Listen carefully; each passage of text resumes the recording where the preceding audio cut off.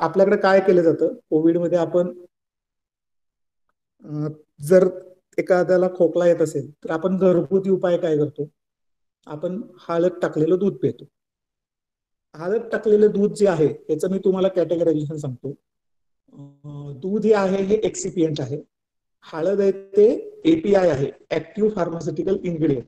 आणि दुधात हळद टाकून जे उकळलं जातं किंवा ते मिक्सिंग केलं जातं किंवा ब्लेंडिंग केलं जातं ते गरम करून त्याचं जे फॉर्म्युलेशन तयार केलं जातं त्याला फॉर्म्युलेशन म्हणायचं. फार्मास्युटिकल इंडस्ट्रीमध्ये कोणताही ड्रग बनताना ह्या ह्या 3 कॅटेगरीतच ते बनतं. फॉर एक्झाम्पल तुम्ही जर पॅरासिटामॉल टॅबलेट घेतली तर त्याच्यामध्ये लिहिलेलं असतं की 100 मिलीग्रॅम किंवा 200 मिलीग्रॅम किंवा 50 मिलीग्रॅमचा डोस. पण ती गोळी 50 मिलीग्रॅमची असते का? नाही. ती गोळी साधारणतः 1 ग्रॅम 2 ग्रॅमची असते. राहिलेलं काय असतं तर त्याच्यात एक बाइंडिंग एजंट टाकला जातो. म्हणजे त्याच्यात 50 मिलीग्रॅमच पॅरासिटामॉल असतं जे ऍक्च्युअल ऍक्शन करतं. त्याला ऍक्टिव्ह फार्मास्युटिकल इन्ग्रेडियंट म्हणतात. त्याच्यामध्ये जे बाइंडर टाकतात म्हणजे जे पावडर असतं आणि जे त्याच्यापासून ते टॅबलेट बनतं त्याला एक्सिपियंट म्हणायचं. आणि ही जी मिक्सिंग करून टॅबलेट बनवायची प्रोसिजर आहे म्हणजे पॅरासिटामॉल आणि बाइंडिंग एजंट टाकून त्याच्यापासून ज्या गोळ्या बनवल्या जातात त्याला फॉर्म्युलेशन म्हणायचं. तर ह्या 3 टाईपच्या इंडस्ट्री फार्मास्युटिकल सेक्टरमध्ये आहेत. आता ह्याच्यामध्ये पण थोडं पुढे कॅटेगरायझेशन होतं. जसं की फॉर्म्युलेशन इंडस्ट्रीमध्ये तुम्ही गेलात तर फॉर्म्युलेशन इंडस्ट्रीमध्ये परत ऍज अ मायक्रोबायोलॉजी पार्ट म्हणलं तर मायक्रोबायोलॉजी पार्टमध्ये स्टराईल आणि नॉन स्टराईल अशा 2 टाईपचे इंडस्ट्री हे केलं जातं, कॅटेगरायझेशन केलं जातं. स्टराईल जे काय असतं ते इंजेक्टेबल असतं म्हणजे जे तुम्ही क्युटॅनस, सब क्युटॅनस, ओरल, नेझल ड्रॉप्स घेतात. म्हणजे तुमच्या डोळ्यात एखादा ड्रॉप टाकायचे, कानात एखादा ड्रॉप टाकायचे, नाकात नेझल ड्रॉप्स असतील किंवा ब्लड मध्ये जर काही इंजेक्ट करायचं असेल किंवा व्हेनस, इंट्राव्हेनस, इंट्रामस्क्युलर जे काही इंजेक्टेबल असतात त्याला स्टराईल प्रिपरेशन्स म्हणलं जातं. आणि जे ओरली म्हणजे जे डायरेक्ट ब्लड मध्ये जात नाहीत किंवा डायरेक्ट इम्युन रिस्पॉन्स देत नाहीत त्याला नॉन स्टराईल म्हणायचं. फॉर एक्झाम्पल तुम्ही कॅप्सूल्स खाता किंवा टॅबलेट्स खाता, ओरल लिक्विड्स असतात. मग त्यात पण थोडं आणि कॅटेगरायझेशन केलं जातं की ओरल लिक्विड आणि ओरल सॉलिड. ओरल लिक्विड मध्ये काय येतं जे तुम्ही सिरप्स घेता, कप सिरप, अँटॅसिड सिरप किंवा लिक्विड्स असतील, सस्पेन्शन्स असतील त्याला ते ओरल लिक्विड म्हणतात. आणि जे कॅप्सूल्स, टॅबलेट्स घेतल्या जातात त्याला ओरल सॉलिड डोसेज फॉर्म म्हणतात. तर फार्मास्युटिकल इंडस्ट्रीमध्ये अशा डिफरंट टाईपचे इंडस्ट्रीज आहेत.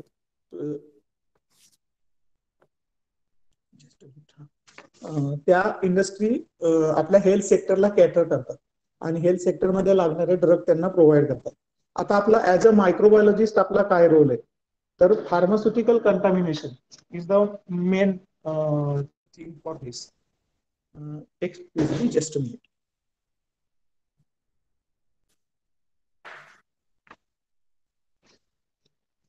Pharmaceutical contamination involves introduction of microbes in the pharmaceutical finished products. म्हणजे आता मी माझ्याच केसमध्ये सांगतो की माझं जे प्रोडक्ट आहे मी आता एसीजी कॅप्सूल्स मध्ये जे काम करतो इथं आमचं प्रोडक्ट काय तर आम्ही मोकळ्या कॅप्सूल्स बनवतो, एमटी हार्ड जिलॅटिन कॅप्सूल शेल्स बनवतो आणि आम्ही ह्या कॅप्सूल्स फार्मास्युटिकल फॉर्म्युलेशन इंडस्ट्रीला विकतो. फॉर्म्युलेशन इंडस्ट्री काय करते त्यांच्या रिक्वायरमेंट प्रमाणे त्या कॅप्सूलमध्ये ड्रग भरते. कोणते त्यांना जे पाहिजे ते ड्रग भरले जातं आणि ते पुढं ह्याला पेशंटला केटर केलं जातं. म्हणजे काय तर मी जे आता इंडस्ट्रीत काम करतोय ते एक्सिपियंट आहे. Capsule is a excipient. कॅप्सूलमध्ये जे ऍक्टिव्ह फार्मास्युटिकल इन्ग्रेडियंट भरला जातो त्याला म्हणायचं फॉर्म्युलेशन आणि ते जे फायनल पेशंटला जातं ते म्हणायचं ड्रग. तर जेव्हा हे एक्सिपियंट बनतं किंवा ऍक्टिव्ह फार्मास्युटिकल इन्ग्रेडियंट बनतं किंवा फॉर्म्युलेशन बनतं तेव्हा हे प्रिपरेशन करताना काळजी काय घ्यायला लागते की त्याच्यामध्ये कोणतेही ऑब्जेक्शनेबल किंवा आजार उत्पन्न करणारे किंवा पॅथोजेनिक बॅक्टेरिया नसले पाहिजेत.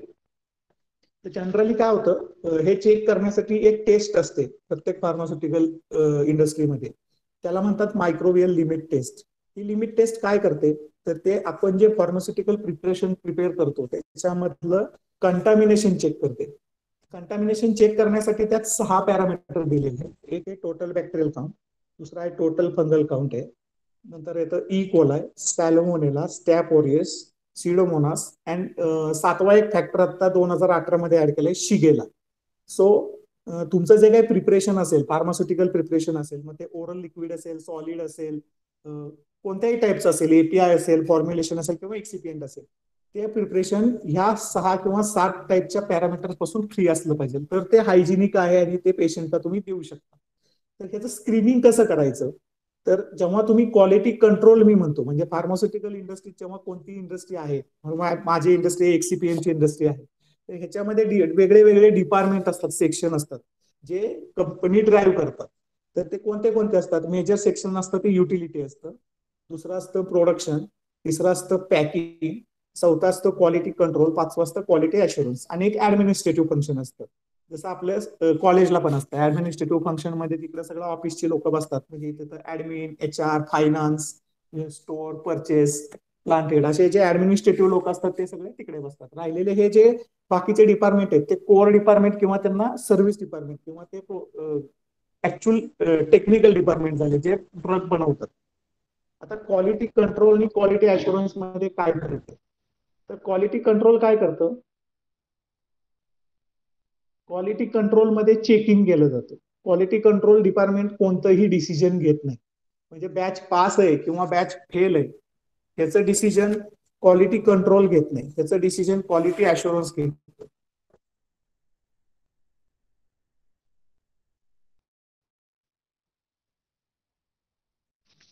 सॉरी, त्याचं डिसिजन क्वालिटी अशुरन्स घेतो.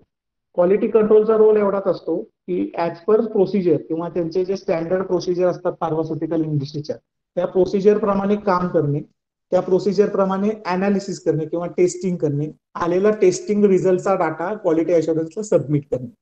म्हणजे सॅम्पल तुमच्याकडे येतात किंवा तुम्हाला काढायला लागतात, ते सॅम्पल तुम्ही घेतल्यानंतर त्या सॅम्पलचं अनालिसिस करायचं, अनालिसिस केल्यानंतर तुमचा जो डेटा आहे तो सगळा डेटा तुम्ही क्वालिटी अशुरन्सला देऊन टाकायचा. क्वालिटी अशुरन्स काय करतं, क्वालिटी अशुरन्स फक्त क्यूसीचा डाटा घेत नाही, quality assurance starting from gate, म्हणजे तुमचं मटेरियल आल्यापासून कोणत्या वेंडर कडून आलं, त्या वेंडरला अप्रुव्हल आहे का, म्हणजे तो अप्रूव्ड वेंडर आहे का, त्या मटेरियल पासून बनलेलं प्रोडक्ट बरोबर बनलं का, त्याचं प्रोडक्शन कसं झालं, त्याचं पॅकिंग कसं झालं, त्याचा क्वालिटी कंट्रोलचा डाटा कसा आहे, त्याचे युटिलिटीचे फंक्शन्स कसे होते. तर क्वालिटी अशुरन्सचा रोल असतो की ते सगळं इन्शुअर करतं, it's assure the quality of the product. Final decision हे क्वालिटी अशुरन्स घेतं, म्हणजे कोणतंही मटेरियल असेल, रॉ मटेरियल असेल, फिनिश प्रोडक्ट असेल, पॅकिंग मटेरियल असेल किंवा इंटरमिडिएट असेल, त्याचं पास किंवा फेलचं डिसिजन हे क्वालिटी अशुरन्सच घेतो. Just a minute.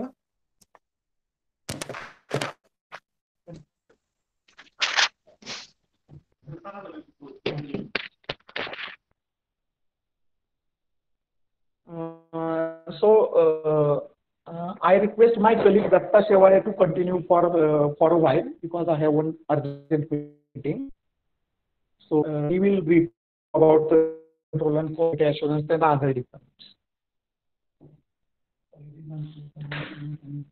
Okay, sir.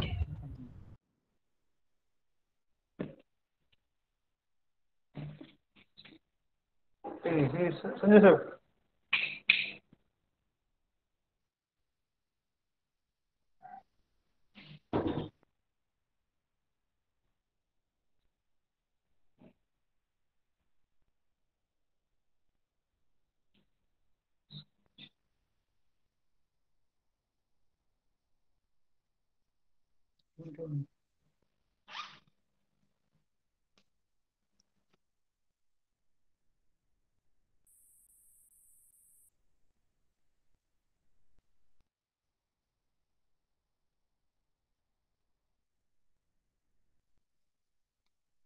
Hello. Yes, sir, you're audible. Hello. Yes, sir. Yes, sir. You're audible. Good afternoon. Yes, thank you. Good afternoon. Myself, Datta Shevale, working in ACG capsules. आता जसं संजय सरांनी सांगितलं की role of microbiology in pharmaceutical industries याविषयी तुम्हाला मी थोडंसं brief description सांगतो. तर सगळ्यात पहिला महत्वाचा, hello, am I audible? Yes, sir, you're audible. Please continue. Okay okay okay. मग Sir, सगळ्यात पहिला प्रश्न your असा. screen is not visible. It has been locked. Please unlock your screen so that एक presentation will be. Just minute. Okay. Yes, sir. Please continue.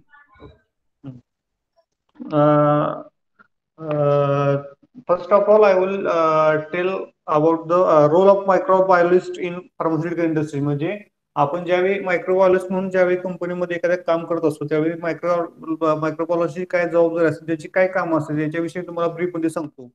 या जी तुम्हाला स्क्रीनवरची slide दिसते त्या स्लाइड विषयी तुम्हाला संजय सर एक्सप्लेन करतील.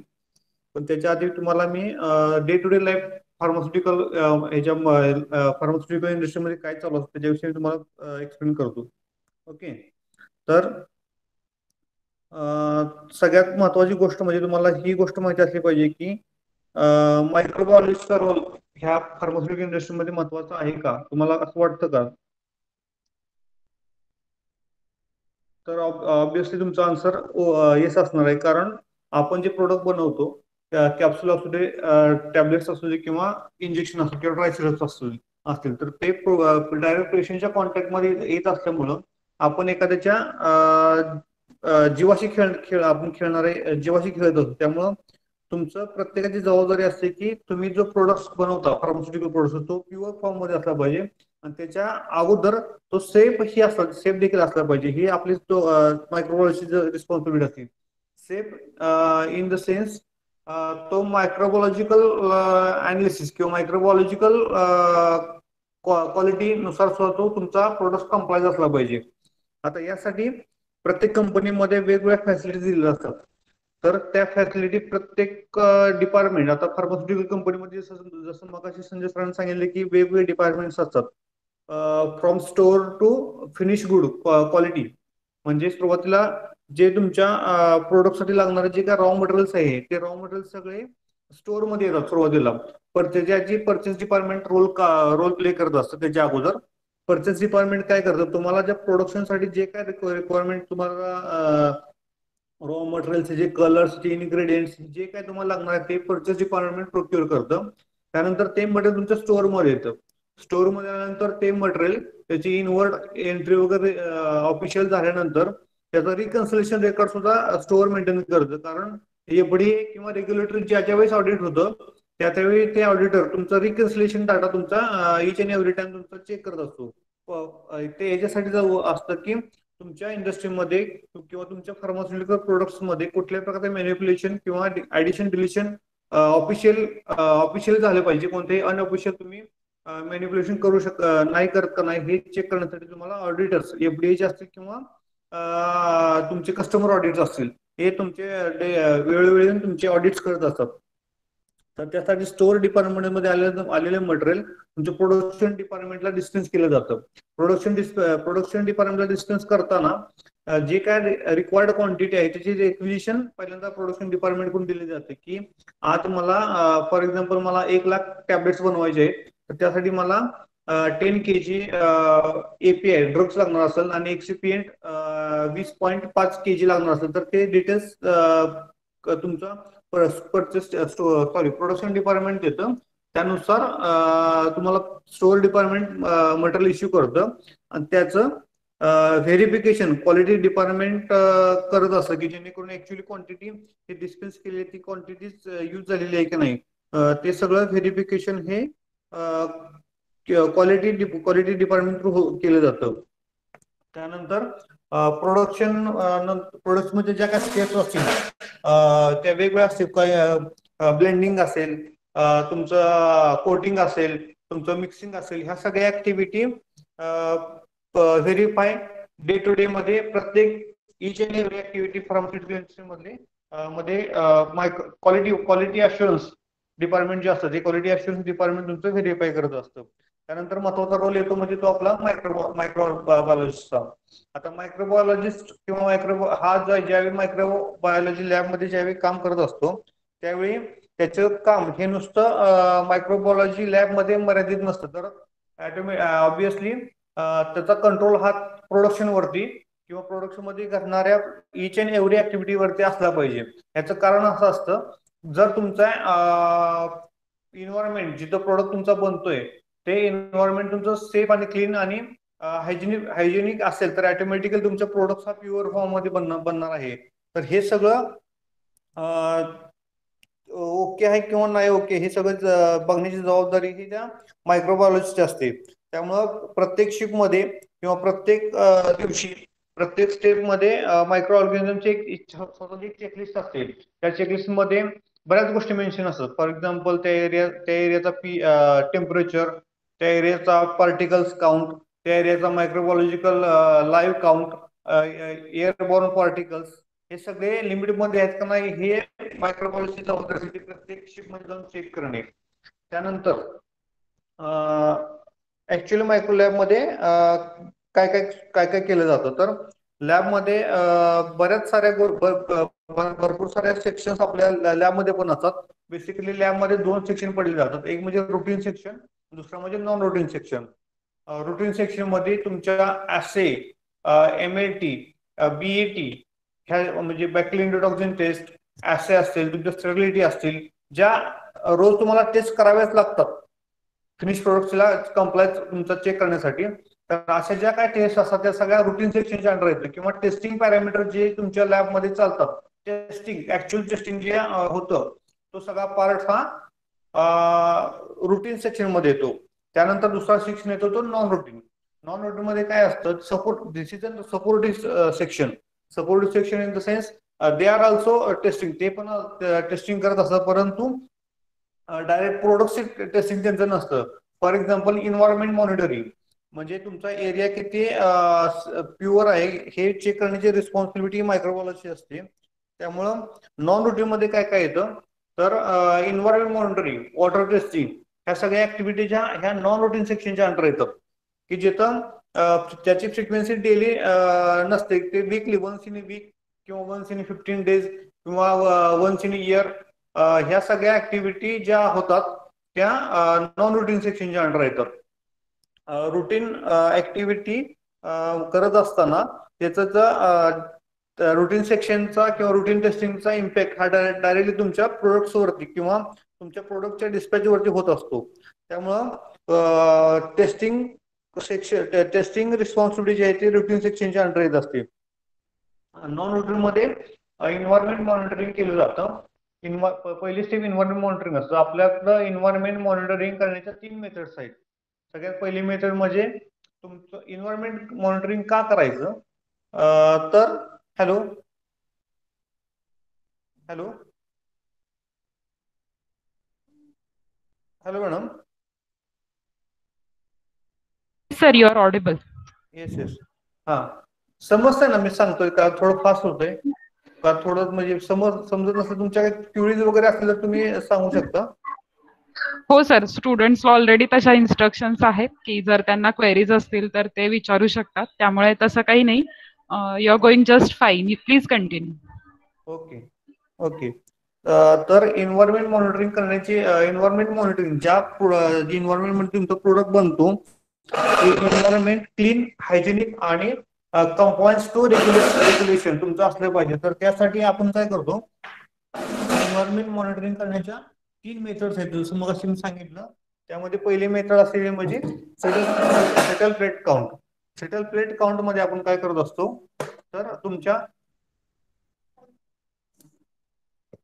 तर सेटल प्लेट मेथड मध्ये आपण तुमच्या न्यूट्रन रकाच्या प्लेट जशा असतात तसं फार्मास्युटिकल इंडस्ट्रीमध्ये सोयाबीन केजिन डायजेस्ट आगार याच्या प्लेट्स असतात. तर ह्या ज्या प्लेट्स असतील तर ह्या प्लेट्स आपण एन्व्हायरमेंट मध्ये ओपन करून ठेवतो. त्या प्लेट्स 1 तासापासून 4 तासापर्यंत. आता हे ग्रेडेशन कसं हे टाइम बॉन्ड आपण कसा ठरवतो तर फार्मास्युटिकल इंडस्ट्रीमध्ये जनरली एरियाचं ग्रेडेशन असतं. Grade A area, class 1 area. तर त्यानुसार तुमचा एरियाचा डिपेंड ऑन क्रिटिकॅलिटी तो एरिया आपण डिसाईड केला जातो. For example laminar air flow, हा जो तुमचा लॅमिनार एअर फ्लो जो असतो तो आपण क्लास 100 म्हणून कन्सिडर केला जातो. तो क्लास 100 मध्ये आपण त्या प्लेट्स 4 तासासाठी एक्सपोज करून ठेवतो की जेणेकरून त्या प्लेटवरती जर ज्या एरियामध्ये जर बॅक्टेरिया किंवा फंगस ज्या काय असतील तर त्या प्लेटवरती येऊन पडतील आणि आफ्टर इन्क्युबेशन त्या इन्क्युबेशन नंतर त्याचा जो काउंट असेल तो काउंट तुम्हाला रेप्लिकेट होईल. त्या काउंट वरती आपण डिसिजन घेतो की तो एरिया क्वालिफाय आहे किंवा नाही. ओके, ही झाली पहिली मेथड सेटल प्लेट. त्यानंतर दुसरी मेथड असते ती म्हणजे एअर सॅम्पलिंग. एअर सॅम्पलिंग मध्ये काय केलं जातं तर तुम्हाला एक एरिया समजा एखादी रूम तुम्ही एखाद्या क्लासरूम मध्ये बसला तिथे तुम्हाला फार्मास्युटिकल प्रोडक्ट्स बनवायचं आहे. तर त्या केसमध्ये तुमची जी रूम आहे ती मायक्रोबायोलॉजिकल पॉईंट ऑफ व्ह्यू प्युअर असली पाहिजे. तर त्यासाठी तुम्हाला तिथला एअर काउंट मायक्रोबायोलॉजिकल एअर काउंट तुम्हाला माहिती असला पाहिजे. तर त्यासाठी तुम्हाला एअर सॅम्पलिंग करावं लागतं. त्यामध्ये तिथली जी एअर आहे ती एअर आपण सॅम्पल करतो. सॅम्पल कशी करतो तर एअर सॅम्पलिंग मध्ये आपण 1000 मायक्रोलिटर व्हॉल्यूम, तर त्यासाठी आपण 1000 मायक्रोलिटर व्हॉल्यूम आपल्याला कलेक्ट करावा लागतो. तर ते कलेक्ट करण्यासाठी आपल्याकडं एअर सॅम्पलर नावाचं एक इन्स्ट्रुमेंट असतं की ज्या एअर सॅम्पलर इन्स्ट्रुमेंट मध्ये आपण एक मोटर असते. त्या मोटरच्या वरती आपण प्लेट एक्सपोज करून ठेवतो. त्या प्लेटवरती आणि जर ती मोटर चालू केली तर त्या मोटर मधून 1000 मायक्रोलिटर व्हॉल्यूम एअरचा आपण सर्व करून घेतो. तर त्या 1000 मायक्रोलिटर व्हॉल्यूम मध्ये जर बॅक्टेरियल जो काही काउंट असेल तो काउंट त्या प्लेटवरती ऑटोमॅटिक ड्रॉप आउट होतो आणि ड्रॉप झाल्यानंतर आफ्टर इन्क्युबेशन तो काउंट आपल्याला दिसतो. हे झाले दुसरी मेथड एअर सॅम्पलिंग. आता तिसरी मेथड जी असते ती म्हणजे स्वॅब मेथड. आता स्वॅब मेथड म्हणजे कसं असतं, जे आपण प्रोडक्शनसाठी जे काय आपण इक्विपमेंट वापरतो, इक्विपमेंट फॉर एक्झाम्पल तुमचे मेटर मिक्सर्स असतील, तुमचे ब्लेंडर्स असतील, तुमचे स्पून असतील, तुमच्या मशीन्स असतील, ह्या सगळ्या मशीन्स प्युअर म्हणजे स्वच्छ किंवा क्लीन केले आहेत की नाही हे आपण मायक्रोबायोलॉजी चेक करत असतो. त्याच्या पण दोन मेथड आहेत. ते म्हणजे स्वॅब टेस्ट. स्वॅब टेस्ट म्हणजे पहिल्यांदा आपण काय करतो, आपल्याकडं स्वॅब स्टिक्स असतात की ज्या स्वॅब स्टिक वरती आपण जसं इयरबड आपण तुम्ही बघितलं असेल तर इयरबड सारख्या सेम साईजच्या कॉटनचे स्वॅब असतात. ते स्वॅब आपण पहिल्यांदा ओली करून घेतो किंवा वेट करून घेतो.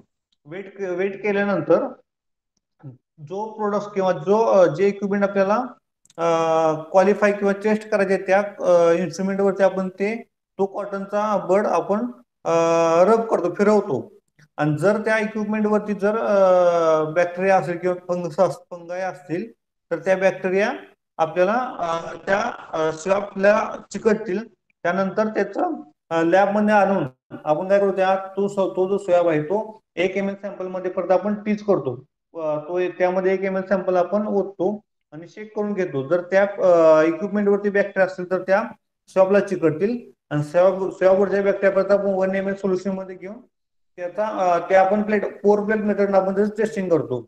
आणि जर काय जो काय काउंट असेल तो विदिन लिमिट असला पाहिजे. तर फॉर एक्झाम्पल आपलं जर क्लीन इक्विपमेंट असेल तर त्यासाठी आपलं फार्मास्युटिकल इंडस्ट्रीचं लिमिट हे 20 आहे. 20 पेक्षा जास्त काउंट नसला पाहिजे. ओके, त्यानंतर मगाशी जसं सांगितले की एअर सॅम्पलिंग जर तुमचा क्लास ए असेल म्हणजे जर तुमचा लॅमिनार एअर फ्लोचा जर तुम्ही जर एरिया क्वालिफाय करायचा असेल तुम्हाला किंवा एरिया चेक करायचा असेल तर त्याचं लिमिट हे 0च असतं. तुमचा काउंट हा लॅमिनार एअर फ्लो मध्ये काउंट 0 असला पाहिजे. तिथं काउंट 1-2 कॉलनी सुद्धा आपल्याला चालत नाही, म्हणजे त्याची लिमिट 0च आहे. ओके, त्यानंतर दुसरी मेथड तुम्हाला समजली असेल की सेटल प्लेट. तिसरी म्हणजे स्वॅब मेथड. ह्या 3 मेथड ह्या एरिया किंवा इन्व्हायरमेंट मॉनिटरिंगचे आहेत. त्यानंतर एखादं इक्विपमेंट आपल्याला त्याचा क्लिनिंग इफिकेसी किंवा क्लिनिंग इफेक्टिव्हिटी आपल्याला चेक करायचं असेल त्यासाठी आपण रिन्स मेथड सुद्धा आपण वापरतो. रिन्स मेथड वापरताना काय करतो, आपण एखादं इक्विपमेंट क्लीन झाल्यानंतर त्याच्यावरती 100 ml वॉटर पोर करतो किंवा अशा ठिकाणी होतो की जिथं इलेक्ट्रिकल सर्किट किंवा तुमच्या प्रोडक्ट कॉन्टॅक्ट स्पॉट्स कुठं म्हणजे डॅमेज नाही होणार अशा पार्टवरती आपण पोर करतो. त्यानंतर ते पोर केलेलं सोल्युशन आपण एका बॉटलमध्ये किंवा एखाद्या फ्लास्कमध्ये कलेक्ट करतो. ते कलेक्ट केलेलं वॉटर आपण लॅबमध्ये येऊन पोर प्लेट मेथडनं आपण ते टेस्ट करतो आणि त्याचा पण काउंट हा 20 पेक्षा जास्त नसला पाहिजे. ओके, हे झालं इन्व्हायरमेंट मॉनिटरिंग. त्यानंतर मायक्रोबायोलॉजीचा रोल दुसरा असतो तो म्हणजे water testing. Water testing water हा खूप मोठा आपल्या कंपोनंट आहे आपल्या फार्मास्युटिकल इंडस्ट्रीमध्ये कोणत्याही, की जो खूप मोठा इम्पॅक्ट करू शकतो. This is a major ingredient in any pharmaceutical industry. त्यामुळं वॉटरचं टेस्टिंग आहे ते तुम्हाला आता टेस्टिंग करत असताना वॉटरच्या आपल्याकडं दोन मेथड आहेत वॉटर टेस्टिंगच्या. पहिली मेथड आहे ती म्हणजे पोअर प्लेस मेथड. जसं पोअर प्लेस मेथड मध्ये आपण काय करतो, 1 ml सॅम्पल घेतो आणि 1 ml सॅम्पल आपण प्लेटमध्ये पोर करतो आणि त्याच्यावरती आगार पोर करतो. आगार कोणता असतो तर तो जो आगार असतो तो R2A नावाचा आगार असतो की जो वॉटरसाठी सिलेक्टिव्ह आगार आहे. Okay okay okay. R2A आगारची प्रॉपर्टी अशी असते की तो फॉस्फेटियस ऑर्गॅनिझम ग्रो करतो, त्यामुळं तो वॉटरसाठी वापरला जातो. त्यानंतर वॉटरमध्ये पण दुसरी मेथड वापरली जाते म्हणजे फिल्ट्रेशन मेथड. जर वॉटर फिल्ट्रेशन मेथड मध्ये आपण काय करतो, 100 ml वॉटर आपण सॅम्पल करतो. ते सॅम्पल केलेलं वॉटर आपण फिल्ट्रेशन असेंब्ली थ्रू आपण ते फिल्टर करतो आणि त्या फिल्टर पेपरवरती जर ज्या काही बॅक्टेरिया वॉटरमध्ये जर काही बॅक्टेरिया असतील तर त्या बॅक्टेरिया त्या फिल्टर पेपरवरती ट्रॅप होतील आणि त्या बॅक्टेरिया आपण नंतर तो जो फिल्टर पेपर आहे तो फिल्टर पेपर आपण प्लेटवरती न्यूट्रिएंट आकाराची प्लेट असेल किंवा सोयाबीन केजिन डायजेस्ट आकार नावाची प्लेट असेल त्या प्लेटवरती आपण तो फिल्टर पेपर ठेवतो. जर बॅक्टेरिया तुमच्या वॉटरमध्ये असेल तर त्या बॅक्टेरिया ऑटोमॅटिक त्या फिल्टर पेपरवरती ट्रॅप होतील आणि तो फिल्टर पेपर ज्यावेळी आपण प्लेटवरती ठेवतो त्यावेळी तिथला त्या बॅक्टेरिया आफ्टर इन्क्युबेशन तुम्हाला त्या बॅक्टेरिया दिसतील. हे झाली दुसरी मेथड, फिल्ट्रेशन मेथड. आता वॉटर मध्ये सगळ्यात महत्वाची गोष्ट असते ती म्हणजे वॉटर ट्रीटमेंट प्लॅन्ट. प्रत्येक कंपनीमध्ये वॉटर ट्रीटमेंट प्लॅन्ट असतो, त्याला आपण WTP म्हणतो, की जिथं बऱ्याच स्टेप्स असतात. फॉर एक्झाम्पल पहिल्यांदा रॉ वॉटर आपल्याकडे येतं. आलेलं रॉ वॉटर लॅमिना इनलेट मधून ते पहिल्यांदा ते सॉलिड पार्टिकल जे काय असतील तुमचे दगड माती जे काय असतील तर ते रॉ वॉटर त्या लॅमेला इनलेट किंवा लॅमेला आउटलेट, या लॅमेला मध्ये एक प्लेट्स असतात अशा फिल्टर पेपर फिल्टर जसे आपले जाळे असतात त्या जाळे असतात की ज्याच्यामध्ये फक्त सॉलिड मटेरियल लॅमेला मध्ये आपण आयसोलेट करतो. त्यानंतर ते वॉटर नंतर पुढं MGF म्हणजे मल्टीग्रेड सॅन्ड फिल्टरचा असतो. तो मल्टीग्रेड सॅन्ड फिल्टरला जातो. मल्टीग्रेड सॅन्ड फिल्टर मध्ये कसं असतं, त्या वेगवेगळ्या साईजच्या सँड त्या एक मोठा असा सिलेंडर टाईप असा तो मल्टीग्रेड सॅन्ड फिल्टर असतो. Cylinder type about 10 feet height, 10 फूट हाईटचा असा एक मल्टीग्रेड सॅन्डचा एक काय म्हणतो आपण एक भांडा असतं. त्या भांड्यामध्ये वेगवेगळ्या साईजच्या सँड्स 1 mm, अर्धा mm, 0.1 mm अशा वेगवेगळ्या साईजच्या सँड त्यामध्ये असतात की ज्याच्या थ्रू आपण वॉटर ज्यावेळी त्यावरती पोर करतो ते वॉटर कंटिन्यू त्या सँड मधून फिल्टर होत होत होत खाली प्युअर फॉर्म मध्ये येतं की जेणेकरून तिथला जो सॉलिड पार्ट त्या किंवा वॉटर डिझॉल्व्ह सॉलिड जे असतील ते वॉटर डिझॉल्व्ह सॉलिड सगळे त्या सँडवरती ट्रॅप होऊन ते प्युअर फॉर्म मध्ये वॉटर येईल. त्यानंतर ते जातं क्लोरीन डोजिंग साठी. त्यानंतर क्लोरीन डोजिंग मध्ये जो काही तुमचा मायक्रोवेल लोड असेल तर तो मायक्रोवेल लोड त्या क्लोरीन डोजिंग मध्ये ऑटोमॅटिक कमी केला जातो.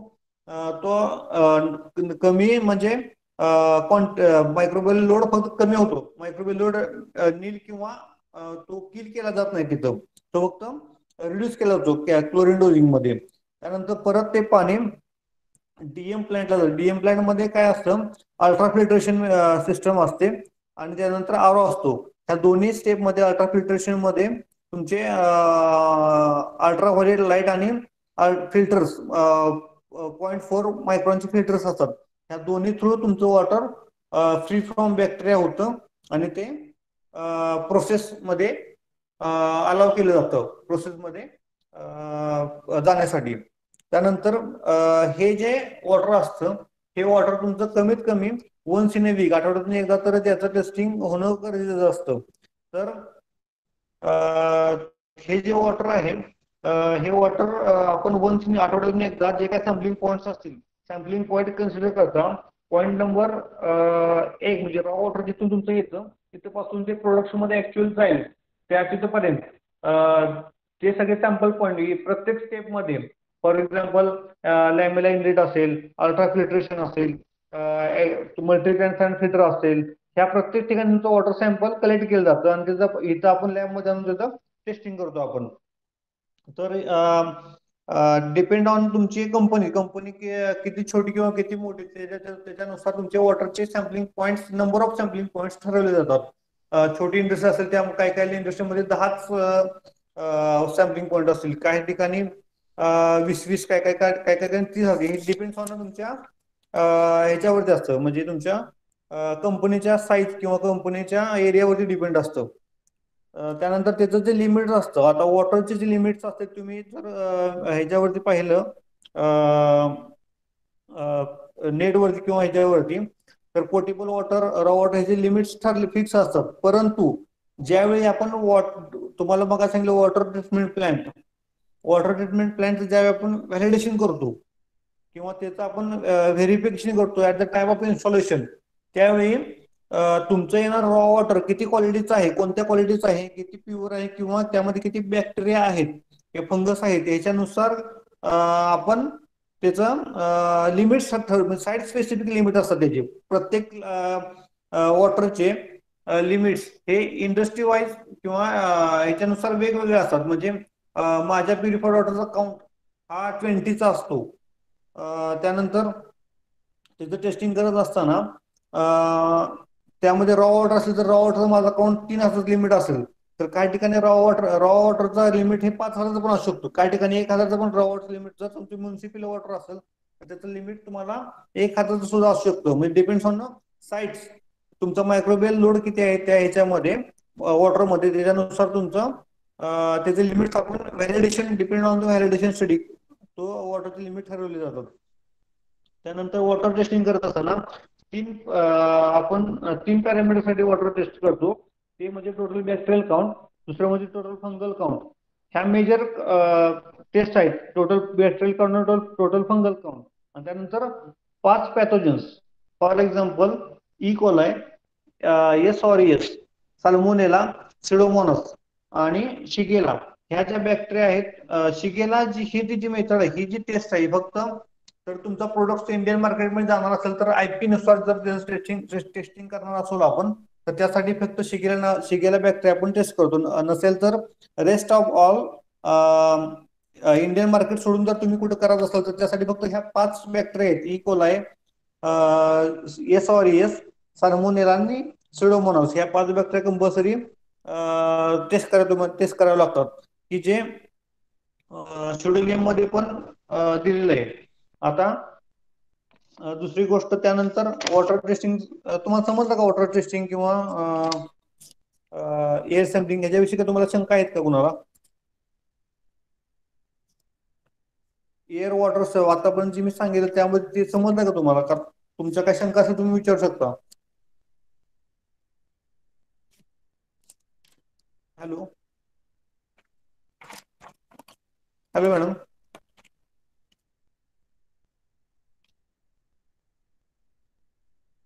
हॅलो हॅलो मॅडम हॅलो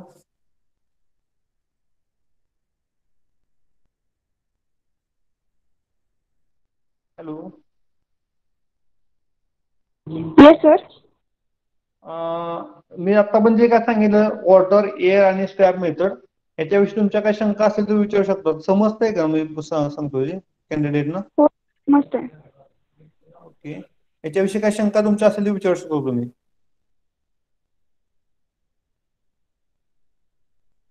पुढचा पार्ट कंटिन्यू करू आपण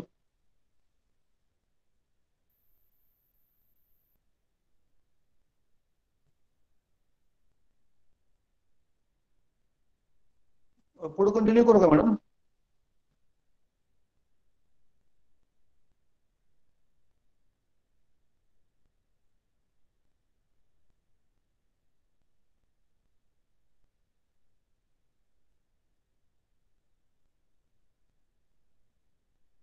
hello.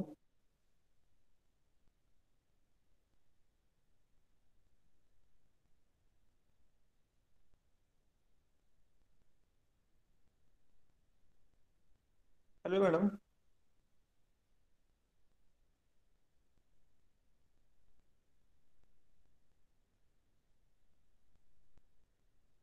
Hello. Yes, sir. Can I continue?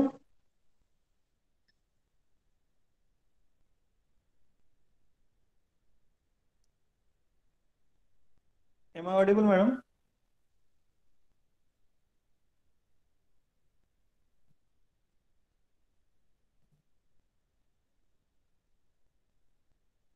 Hello.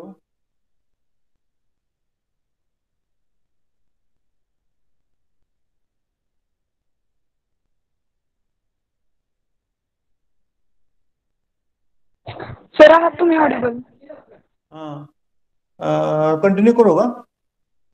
Sir, ma'am actually नाही आहेत I think audible. I am student. Okay. तर तुम्हाला मी काय बोलतो ते समजतं का? मग आता मी काय सांगितलं ते समजलं का तुम्हाला? Yes, sir.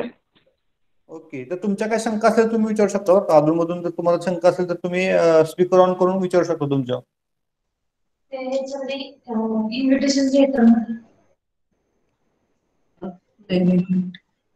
हॅलो, काय प्रॉब्लेम आहे का? हॅलो. हॅलो, काय प्रॉब्लेम आहे का? मनाली? प्रॉब्लेम तुमच्या काय शंका असेल तर तुम्ही नाही विचारू शकता किंवा नाही, आता तुम्ही काहीतरी बोलत होता म्हणून म्हणलं. मनाली काहीतरी म्हणत होती, मनाली चव्हाण. हो मॅम ऍक्च्युली ना कोणच ऑडिबल नव्हतं म्हणून मी रिस्पॉन्स दिला. Okay okay okay okay. Okay. मी कंटिन्यू करतो. हा हा तर लॅबमध्ये तुमची मायक्रोबायोलॉजी लॅब असते, त्या मायक्रोबायोलॉजिकल लॅब इस्टॅब्लिश करत असताना सर्व गोष्टी कन्सिडर केल्या जातात. मायक्रोबायोलॉजिकल लॅबमध्ये खूप सारे कंपार्टमेंट किंवा खूप सारे सेक्शन्स असतात. त्यामध्ये पहिला सेक्शन जो असतो तो म्हणजे common change rooms. Common change rooms मध्ये तुमचे जे पर्सनल क्लॉथ्स किंवा पर्सनल शूज असतील ते तिथं तुमचे पूर्ण रिमूव्ह करावं लागतं. कंपनीचे अप्रोन किंवा कंपनी गार्मेंट्स कंपनी शूज घालून तुम्हाला त्या कॉमन चेंज रूम मधून आत यावं लागतं. त्यानंतर प्रत्येक ठिकाणी चेंज रूम मध्ये कॉमन क्रॉसवर बेंच असतो. क्रॉसवर बेंच वरून तुम्हाला क्रॉस होऊन यावं लागतं. त्यानंतर प्रत्येक ठिकाणी प्रत्येक स्टेप मध्ये तुम्हाला पिरियडिकली तुम्हाला हँड सॅनिटाईज करावा लागतो. हँड सॅनिटाईज करण्याच्या अगोदर तुमच्या हातामध्ये ग्लोव्ज असले पाहिजे, की जे ग्लोव्ज हे स्टराईल असले पाहिजेत. ओके. ग्लोव्ज देखील आपण स्टराईल करून इंडस्ट्रीमध्ये वापरतो. फार्मास्युटिकल इंडस्ट्रीचे दोन टाईप बेसिकली असतात. ते म्हणजे पहिला म्हणजे स्टराईल इंडस्ट्री, दुसरा म्हणजे नॉन स्टराईल इंडस्ट्रीज. ओके, हे तुम्हाला आधी माहिती असलं पाहिजे. स्टराईल इंडस्ट्री म्हणजे काय, की जिथं इंजेक्शन बनतं किंवा WFI वॉटर फॉर इंजेक्शन ह्या दोन प्लांट जिथं ज्यांचं प्रोडक्शन असतं इंजेक्शन किंवा स्टराईल वॉटर फॉर इंजेक्शन, त्या प्लांटला आपण स्टराईल प्लांट असं म्हणतो. किंवा व्हॅक्सिन देखील ही स्टराईल प्लांट मध्ये येतं. त्यानंतर हे तीन प्रोडक्ट सोडून बाकीचे जे प्रोडक्ट्स आहेत, फॉर एक्झाम्पल तुमचे टॅबलेट्स असतील, तुमच्या कॅप्सूल्स असतील, तुमच्या ड्राय सिरप्स असतील, हे जिथं बनतं ते नॉन स्टराईलच्या अंडर कन्सिडर केलं जातं. त्यामुळे प्रत्येक स्टराईल आणि नॉन स्टराईल याच्या ज्या रिक्वायरमेंट्स आहेत एफडीएच्या किंवा शेड्यूल एमच्या ह्या वेगवेगळ्या आहेत. कारण स्टराईल प्लांट साठीचे खूप जे लिमिट्स असतात, एरियाचे असतील, वॉटरचे असतील किंवा एन्व्हायरमेंटचे असतील, हे लिमिट्स खूप स्ट्रिंजंट असतात. कारण ते तुमच्या डायरेक्ट ब्लडमध्ये किंवा व्हेन्स मध्ये तुमच्या जाणारा प्रोडक्ट्स असतो. त्यामुळं त्याचे जे लिमिट्स असतील ते खूप स्ट्रिंजंट असतात. पॅरलली तुम्ही नॉन स्टराईल प्रोडक्ट कन्सिडर केला, फॉर एक्झाम्पल कॅप्सूल किंवा टॅबलेट किंवा ट्राय सिरप, याचे लिमिट्स थोडेसे शिथिल असतात. ते पण नो डाऊट ते फूड पेक्षा किंवा वायनरी पेक्षा नक्कीच क्रिटिकल असतात किंवा त्या दोन्हीपेक्षा स्ट्रिंजंट असतातच नक्कीच. परंतु स्टराईल आणि नॉन स्टराईल दोन्हीचा विचार करतात ते स्टराईलचं लिमिट हे खूप स्ट्रिंजंट असतं. त्यामुळे त्याची लॅब देखील प्रत्येक त्याची लॅब स्टराईल मॅन्युफॅक्चरिंगची मायक्रोबायोलॉजी लॅब आणि नॉन स्टराईलची लॅब ह्या लॅबमध्ये सुद्धा एक बेसिक 2-3 फरक असतात. ते म्हणजे तिथं वापरणारे फिल्टर्स, ते जे फिल्टर्स असतात ते 0.2 मायक्रॉनचे फिल्टर्स तुमच्या स्टराईल इंडस्ट्रीमध्ये असतात, लॅबमध्ये असतात. ती ज्या फिल्टर मधून येणारी इनकमिंग एअर आणि आउटगोईंग एअर हे दोन्ही एअर ह्या फिल्टर होऊनच आतमध्ये येतात की जेणेकरून एरियामध्ये जो मायक्रोवेव्ह काउंट असतो तो ऑटोमॅटिक तुमचा ट्रॅप होतो. तुमचा जे एन्व्हायरमेंट मध्ये लॅबच्या एन्व्हायरमेंट मध्ये किंवा लॅबच्या एरियामध्ये असणारी जी एअर हे असते ते फ्री फ्रॉम बॅक्टेरिया असते. तर त्यासाठी तुम्हाला मागायला सांगितले कॉमन चेंज रूम असतात. त्या चेंज रूम क्रॉस केल्या की त्यानंतर तुम्हाला वेगवेगळे सेक्शन पाहायला मिळतील. त्यामुळे पहिला सेक्शन असतो म्हणजे इन्स्ट्रुमेंटेशन. आता लॅबमध्ये खूप सारे इन्स्ट्रुमेंट लागतात तुम्हाला. फॉर एक्झाम्पल तुमचा पीएच मीटर असेल, त्यानंतर तुमचा मायक्रोस्कोप असेल, कॉलनी काउंटर असेल. आपण कॉलेजमध्ये असताना कॉलनीच्या बघतो आपण व्हिज्युअली डोळ्याने बघतो, परंतु ज्यावेळी तुम्ही फार्मास्युटिकल इंडस्ट्रीमध्ये काम करायला जाल त्यावेळी कॉलनी काउंट करण्याची एक विशिष्ट मेथड असते. त्याला आपण colony count by using the colony counter असं आपण म्हणतो. त्या कॉलनी काउंटर मध्ये तुम्ही जर तुमची जी टेस्टिंगची प्लेट्स असतात ती प्लेट्स आपण त्या कॉलनी काउंटर वरती ठेवायची. त्यामध्ये मॅग्निफाइंग लेन्स असतात. त्या लेन्स वरून तुमचा इच अँड एव्हरी कॉलनी आपण काउंट करतो. आणि ते जी प्लेट तिथं त्या कॉलनी काउंटरवरती ठेवली जाईल त्या प्लेटचा डाटा हा डायरेक्ट आपल्याकडे जे लिम्स नावाचे सॉफ्टवेअर असतं त्या सॉफ्टवेअरमध्ये डायरेक्ट प्लेटचा फोटो निघतो. त्याचबरोबर जो काय तुम्ही काउंट घेणार आहात प्रत्येक काउंट ज्यावेळी तुम्ही घेता त्यावेळी त्या प्लेटवरती मार्करने मार्किंग करावं लागतं. त्या मार्किंगनं ज्यावेळी तुम्ही मार्क कराल त्यावेळी त्याचा जो सेन्स असतो तो त्या सेन्सनं तो काउंट ऑटोमॅटिकली त्या सॉफ्टवेअर मध्ये कॅच केला जातो की जो कॅच केलेला जो काउंट असतो तो म्हणजे तो डाटा आपण अल्टर करू शकत नाही. त्यामुळं जो काय रिअल डाटा असतो तो आपल्याला ऑडिटला किंवा सुपरवायझरला तुम्हाला सांगावा लागतो. ही कॉलनी काउंटर करण्याची मेथड किंवा इन्स्ट्रुमेंटेशन लॅब. इन्स्ट्रुमेंटेशन लॅब मध्ये बाकीचं अजून असतं त्यामध्ये वॉटर बाथ असतो.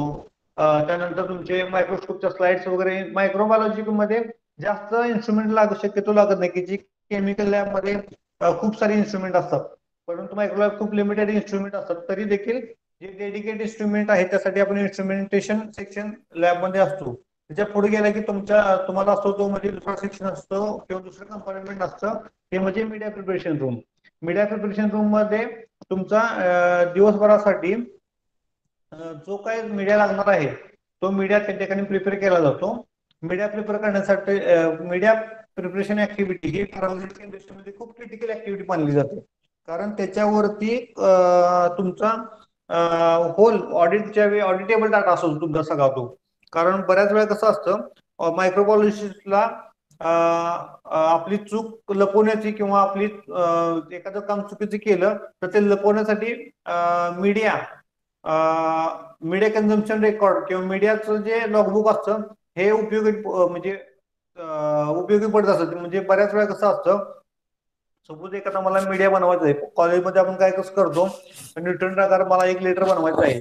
तो 1 लिटर न्यूट्रन बॉक्स मी बनवला आणि त्याच्यात जर मी प्लेट पोर केल्या जर सपोज माझं एखादं टेस्टिंग चुकलं तर कॉलेज लेवल असताना आपल्याकडून विचारत नसतं किंवा तेच का चुकलं किंवा कशामुळे चुकलं कोणी म्हणजे चुकलं तर चालतंय आपण ती प्लेट गुपचूप फेकून दिला असं चालतं. परंतु फार्मास्युटिकल इंडस्ट्रीमध्ये असं करून चालत नाही. जरी आपण 1 लिटर बनवला असला मीडिया तर तो 1 लिटर मीडिया कधी बनवला त्यासाठी किती तुम्हाला मीडियाची क्वांटिटी किती लागली, त्यानंतर तो मीडिया कुठल्या टेस्टिंगसाठी वापरला आणि शिल्लक राहिल्या जर त्या आपण काही मीडिया शिल्लक राहिला असेल तर त्या मीडिया तुम्ही काय केलं हे सगळं रिकन्सिलेशन रेकॉर्ड ऑडिटर चेक करतो की जेणेकरून या इंडस्ट्रीमध्ये किंवा ह्या लॅबमध्ये काय मॅनिप्युलेशन होत नाही याची कन्फर्मेशन तो करत असतो. कारण बऱ्याच वेळा कसं असतं टेस्टिंग एरर जर तुमचा असेल तर तुमचं टेस्टिंग चुकलं तर मीडिया तुम्हाला डबल लागू शकतो. तुम्ही गुपचूप मध्ये जर मीडिया एखादा माझा सपोज मी एखादे ऍसे केला आणि मला आज फेल झाला तर गुपचूप मध्ये मी माझ्या सुपरवायझर न सांगता सुद्धा मी रिपीट केलं तर रिपीट साठी जो लागणार मीडिया असतो तो मी एक्स्ट्रा वापरला असतो. बरोबर आहे का कुठेतरी. त्यामुळं तो रिपीट झालेला मीडिया रिपीट करू नये. जर रिपीट केला असेल तर तो ऑफिशियली रिपीट करा. मी माझ्या सुपरवायझर सांगायचं की माझ्याकडून अशी चूक झालेली म्हणून मी हा मीडिया माझ्यासाठी रिपीट लागत आहे. मग त्याच्यासाठी चूक का झाली कशी झाली कुणाकडून झाली ह्या सगळ्याचे investigation data through OOS out of specification नावाचा एक फॉर्मॅट असतो. त्या फॉर्मॅट नुसार आपण ते इन्व्हेस्टिगेशन करतो सुपरवायझर किंवा तुमच्या लॅबचा मॅनेजर किंवा क्यूसी मॅनेजर असेल तो तुमचं सगळा डाटा चेक करतो की नक्की टेस्टिंग म्हणजे प्रोडक्टला प्रॉब्लेम आहे का अॅनालिस्टचा प्रॉब्लेम आहे. हा व्हेरिफिकेशन करण्यासाठी रिपीट टेस्ट केली जाते. ते रिपीट टेस्ट मनाने स्वतः नाही करायची, तर त्यासाठी आपण OS आउट ऑफ स्पेसिफिकेशन नावाचा फॉर्म भरायचा आणि त्याच्या थ्रूच आपण एखादा एक इन्सिडेंट रिपोर्ट भरून की हा इन्सिडेंट झाला त्यासाठी मी रिपीट करतोय, तो इन्सिडेंट करूनच आपण रिपीट टेस्ट करायचं असतं. हे झालं मीडिया रिकन्सिलेशन संदर्भात. तर मीडिया प्रिपरेशन रूम मध्ये काय काय असतं, तर मीडिया प्रिपरेशन रूम मध्ये मीडियाचे कंटेनर्स आता आपण कॉलेजात तुम्ही काय करत असाल तर मीडिया बनवताना NaCl सेपरेट किंवा ग्लुकोज सेपरेट, सुक्रोज सेपरेट असं वेगवेगळे इन्ग्रेडियंट वेगवेगळे घेऊन तुम्ही काय करत असता तर मीडिया बनवत असता. तर फार्मास्युटिकल इंडस्ट्रीमध्ये असं बनवत नाही आपण आपल्याकडे रेडी टू यूज रिहायड्रेटेड मीडिया आपल्याकडं रिसिव्ह होतात. तर ते रिहायड्रेटेड मीडिया रिसिव्ह कुणाकडून होतात तर आपल्याकडं खूप सारे सप्लायर्स असतात आपल्या भारतामध्ये किंवा युनिव्हर्सल. तर त्यामध्ये आपण बऱ्यापैकी फार्मास्युटिकल इंडस्ट्रीमध्ये हाय मीडिया नावाचा एक सप्लायर आहे, त्या हाय मीडियाकडून आपण मीडिया घेतो की जे रेडी टू यूज मीडिया असतात. त्यामध्ये फक्त ठराविक क्वांटिटी, फॉर एक्झाम्पल मला न्यूट्रिएंट आकार बनवायचा आहे हाय मीडियाचा, तर यामध्ये वरती लिहिले असतं की एवढी पावडर घ्या आणि पाण्यामध्ये मिक्स करा आणि आटोक्ले करून वापरा. आता एवढी सोपी मेथड असते. कॉलेज आपण काय करतो त्यासाठी पेप्टोन सेपरेट घेतो, NaCl सेपरेट घेतो, ग्लुकोज सेपरेट घेतो, वॉटर सेपरेट घेतो. हे सगळं सेपरेट न घेता ते रेडी टू मार्केटमध्ये अवेलेबल मीडियाज आहेत. हाय मीडिया नावाचा मीडिया जो रुटीनली अबाउट 90% फार्मास्युटिकल इंडस्ट्रीमध्ये तो हाय मीडियाचा मीडिया वापरला होतो. त्यानंतर अजून खूप सारे सप्लायर्स आहेत, त्यामध्ये मायक्रोबायोटिक्स असेल, त्यानंतर मायक्रोमॅक्स असतील, त्यानंतर डिफकोची मीडिया आहेत, बायोरिमेची मीडिया आहेत. हे सगळे मीडिया असतील, हे मीडिया आपण वेगवेगळ्या प्रकारचे मीडिया वापरू शकतो आणि त्याच्या मॅन्युफॅक्चररच्या किंवा सप्लायरच्या इन्स्ट्रक्शन नुसार आपण तो मीडिया बनवला जातो. त्यानंतर मीडिया प्रिपरेशन रूम नंतर तुमच्याकडे टेस्टिंग एरिया आले. टेस्टिंग एरियामध्ये सुद्धा दोन प्रकारचे टेस्टिंग एरिया असतात. एक म्हणजे रुटीन टेस्टिंग एरिया, दुसरा म्हणजे नॉन रुटीन मध्ये तुमचं वॉटर टेस्टिंग असेल, तुमच्या MLDs असतील, मॅक्रोबियल लिमिट टेस्ट असेल, हे जे टेस्टिंग असतील हे सगळं नॉन रुटीन टेस्टिंग एरियामध्ये केलं जातं. दुसरं म्हणजे रुटीनची जी लॅब असते त्यामध्ये तुमचं डेली स्टर्लिटी असेल, MLT असेल, PET असेल, ही नावं तुम्ही कधी तर नेटवर सर्च करून टाका. तुम्ही कधी BET म्हणजे काय, बॅक्टेरियल इंट्रोडक्शन टेस्ट, की जे फार्मास्युटिकल इंडस्ट्रीमध्येच केले जाते. तर त्या बॅक्टेरियल इंट्रोडक्शन टेस्ट मध्ये पायरोजन साठी आपलं तुमचे जे वॉटर वापरतो आपण ते वॉटर पायरोजन फ्री आहे की नाही हे बघण्यासाठी बॅक्टेरियल इंट्रोडक्शन टेस्ट केली जाते. ती टेस्ट रुटीन टेस्टिंग एरियात केली जाते. त्यानंतर दुसरा सेक्शन असतो, दुसरी टेस्ट म्हणजे स्टर्लिटी टेस्ट. स्टर्लिटी टेस्ट मध्ये आपण फॉर एक्झाम्पल इंजेक्शन असतील, इंजेक्शन मधलं जे API जो आहे जो ड्रग आहे किंवा त्यामध्ये वापरणारा वॉटर असेल, हे सगळं स्टर्लिटीसाठी पास असावं लागतं. त्या स्टर्लिटी टेस्टिंगसाठी जे मीडिया जे असतात ते खूप कॉस्टली असतात आणि त्याचं टेस्टिंग मेथड ही सुद्धा खूप क्रिटिकल असते आणि त्याचं लिमिट जे असतं ते नील असतं. इंजेक्शन किंवा ट्रायसिरप मध्ये एक देखील बॅक्टेरिया चालत नाही किंवा एक देखील फंगस चालत नाही. त्यानंतर टॅबलेट्स किंवा ड्रायसिरप असेल तर त्यामध्ये तुमच्या बॅक्टेरिया असू शकतात किंवा असतात, परंतु त्याचं लिमिट जे आहे ते आपलं IP नुसार, इंडियन फार्माकोपिया नुसार ते 1000 लिमिट असतं. तुम्हाला समजलं का, स्टराइल प्रोडक्ट असेल तर बॅक्टेरिया किंवा फंगसचं लिमिट हे नील असतं आणि नॉन स्टराइल असेल टॅबलेट कॅप्सूल तर त्याचं लिमिट हे 1000 असतं. 1000 बॅक्टेरियापेक्षा जास्त बॅक्टेरिया त्यामध्ये नसल्या पाहिजेत आणि 100 पेक्षा जास्त फंगस त्यामध्ये नसले पाहिजेत. त्याचबरोबर पॅथोजन, तुम्हाला जसं मगाशी मी सांगितले 6 पॅथोजन, हे 6 पॅथोजन देखील अब्सेंट असले पाहिजे, टोटली नीट असले पाहिजेत. फार्मास्युटिकल प्रोडक्टची मायक्रोबियलची लिमिटची हीच क्रायटेरिया असते कुठल्या इंडस्ट्रीमध्ये केला तरी सुद्धा. त्यानंतर टेस्टिंग एरियामध्ये तुमच्याकडं लॅमिनार एअर फ्लो असतो. आता लॅमिनार एअर फ्लो तुम्ही कधी पाहिलाय का कॉलेजमध्ये किंवा नेटवरती? कदाचित तुम्ही नेटवर सर्च करून टाका. हा, ओके. तुमच्या कॉलेजमध्ये पण वाटतं एक लॅब आहे, त्या लॅबमध्ये सुद्धा लॅमिनार एअर फ्लो आहे.